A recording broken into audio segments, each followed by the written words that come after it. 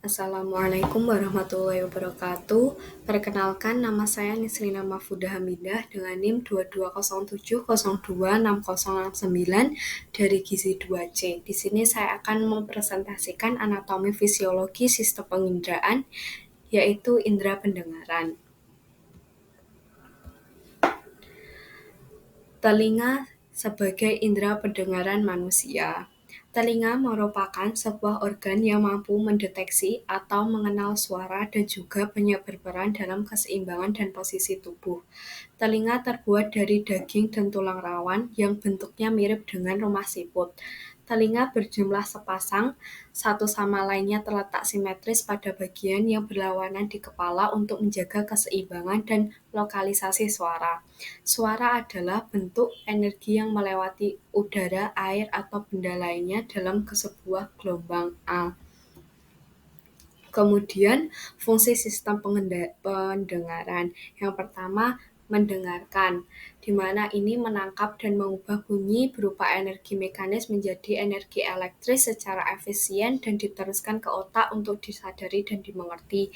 Yang kedua, menjaga keseimbangan tubuh, yaitu menjaga keseimbangan statis, yaitu berarti kemampuan tubuh untuk menjaga keseimbangan pada posisi tetap, dan keseimbangan dinamis, yaitu kemampuan untuk mempertahankan keseimbangan ketika bergerak.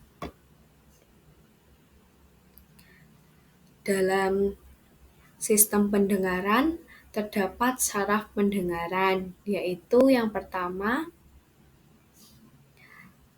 nervus cochlearis atau nervus auditorius, yang terdiri dari dua bagian, salah satu daripadanya pengumpulan sensibilitas dari bagian vestibuler rongga telinga dalam yang mempunyai hubungan dengan keseimbangan, yaitu bergerak menuju nukleus vestibularis yang berada pada titik pertemuan antara pons dan medula oblongata, lantas kemudian bergerak terus menuju cerebellum.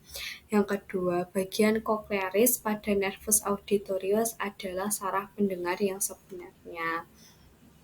Yang kedua, nervus vestibularis, yaitu saraf vestibularis yang terbesar hingga kanalis semicircularis mengantarkan impuls-impuls menuju otak. Impuls-impuls itu dibangkitkan dalam kanal-kanal tadi karena adanya perubahan kedudukan cairan dalam kanal atau saluran-saluran itu. Hal ini mempunyai hubungan erat dengan kesadaran kedudukan kepala terhadap badan. Mari kita masuk ke dalam materi anatomi telinga. Anatomi telinga manusia dibagi menjadi 3, yaitu telinga bagian luar, telinga bagian tengah, dan telinga bagian dalam. Yang pertama adalah telinga bagian luar, terdiri dari daun telinga yang berfungsi untuk mengumpulkan gelombang suara dari lingkungan sekitar dan mengantarkannya ke gendang telinga melalui lubang telinga. Yang kedua, saluran telinga tengah, yang saluran ini memiliki ukuran 2,5 cm. Saluran ini mempunyai sejenis kelenjar sabacea atau sejenis minyak yang dapat menghasilkan cerumen atau kotoran telinga. Yang terakhir adalah membran timpani, yaitu batas terdalam dari telinga luar ialah selaput tipis, yang disebut membran timpani atau gendang telinga, yang secara histologis terdiri dari 3 lapis, yaitu lapisan terluar lapisan kulit, yang kedua lapisan tengah jaringan ikat, yang terakhir lapisan dalam yang terdiri dari mukosa atau selaput lendir. Yang kedua adalah telinga bagian tengah. Telinga tengah terdiri dari gendang telinga, 3 tulang pendengaran yaitu malleus, incus, dan stapes.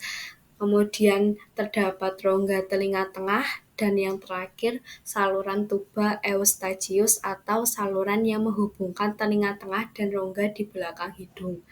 Bangunan telinga tengah berfungsi untuk mengantarkan sambil menguatkan atau melemahkan energi bunyi yang ditangkap oleh gendang telinga menuju ke telinga bagian dalam dan untuk menyesuaikan tekanan udara antara telinga tengah dengan tekanan udara luar.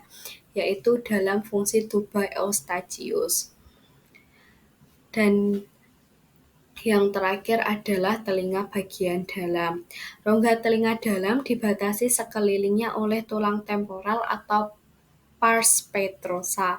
Telinga dalam terdiri atas bagian tulang dan bagian membran. Labirin tulang terbentuk dari tonjolan tulang pelipis. Labirin membran berada di bagian labirin tulang. Yang organ keseimbangan terletak di telinga bagian dalam. Dalam telinga bagian dalam terdapat bagian-bagian. Yang pertama adalah koklea atau rumah siput. Koklea adalah pusat pendengaran dari telinga bagian dalam. Organ cairan yang menerjemahkan getaran suara menjadi impuls pendengaran yang dapat dimengerti otak. Hal ini terjadi pada organ Corti, struktur yang terdiri dari rambut halus di seluruh koklea yang bergetar mengirimkan sinyal listrik melalui sistem saraf. Yang kedua, saluran setengah lingkaran. Saluran setengah lingkaran adalah lob berisi cairan yang melekat pada koklea dan membantu dalam mempertahankan keseimbangan saraf auditori. Ini impuls listrik yang dihasilkan oleh sel-sel saraf yang kemudian diteruskan ke otak.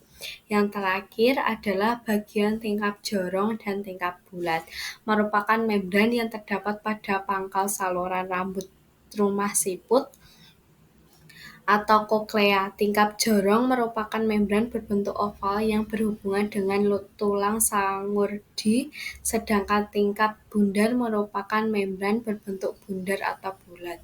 Tingkap berfungsi untuk menyalurkan getaran ke telinga dalam dan tingkap bulat sebagai penyeimbang getaran.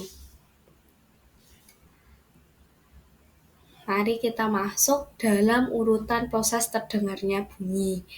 Jika kita mendengar bunyi, maka telinga ini akan melakukan kerja dengan cara yang pertama adalah gelombang bunyi dikumpulkan oleh daun telinga dan diteruskan ke saluran bagian luar. Yang kedua, gelombang bunyi menggetarkan membran timpani dan diteruskan ke telinga bagian tengah. Yang ketiga, gelombang bunyi menggetarkan tulang-tulang pendengaran, yaitu malleus, incus, dan stapes. Yang keempat, tingkap oval bergetar sehingga perilimfe pada skala vestibuli juga bergetar. Kemudian, getaran perilimfe melintasi membran vestibularis sehingga menggetarkan membran basilaris. Lalu, sel-sel rambut bergerak dan menuju membran tektorial sehingga menimbulkan impuls listrik, di mana impuls ini dikirim ke saraf otak 8 dan diteruskan ke korteks otak bagian pendengaran, dan yang terakhir impuls listrik diterjemahkan menjadi suara. Gangguan atau penyakit pada sistem pendengaran. Yang pertama adalah labirinitis, yaitu penyakit ini menyerang bagian dalam dari telinga dan dapat menyebabkan gangguan keseimbangan. Faktor penyebabnya adalah gagar otak, infeksi virus, dan alergi. Gejalanya adalah merasa bahwa diri sendiri atau lingkungan sekitar bergerak, sedang sakit, gangguan pendengaran, sakit kepala ringan, dan yang terakhir adalah dengung pada telinga. Yang kedua ada otitis media atau radang telinga. Ini diakibatkan infeksi akibat bakteri dan virus. Gejalanya adalah demam panas, kualitas pendengaran berkurang, dan sakit di daerah telinga. Selain itu, pada beberapa kasus, telinga dapat mengeluarkan nanah. Jika dibiarkan, penyakit ini bisa menyebabkan gendang telinga pecah dan yang berujung ketulian. Yang ketiga ada kolesteatoma, yaitu pertumbuhan kulit secara tidak terkendali di area telinga tengah atau belakang gendang telinga, kondisi yang menyerupai tumor. Yang keempat ada selulitis, yaitu infeksi yang terjadi pada daerah telinga luar atau external ear. Infeksi telinga luar ini dapat berulang jika tidak diberikan perawatan yang benar. Dan yang terakhir adalah penyakit Meniere, kelainan yang terjadi pada telinga bagian dalam yang menimbulkan gejala pusing atau berputar atau vertigo, telinga berdenging atau tinnitus, dan tekanan pada telinga.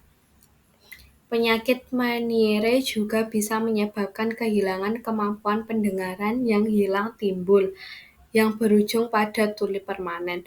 Penyakit ini bisa menyerang siapa saja, namun biasanya terjadi pada individu dalam rentang usia 20-50 tahun.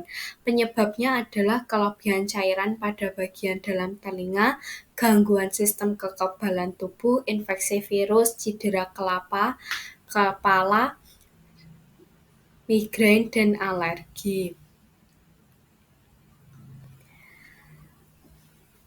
Nah, di sini ada peringatan, yaitu kita tidak boleh mengorek telinga secara mendalam, nanti bisa merusak gendang telinga.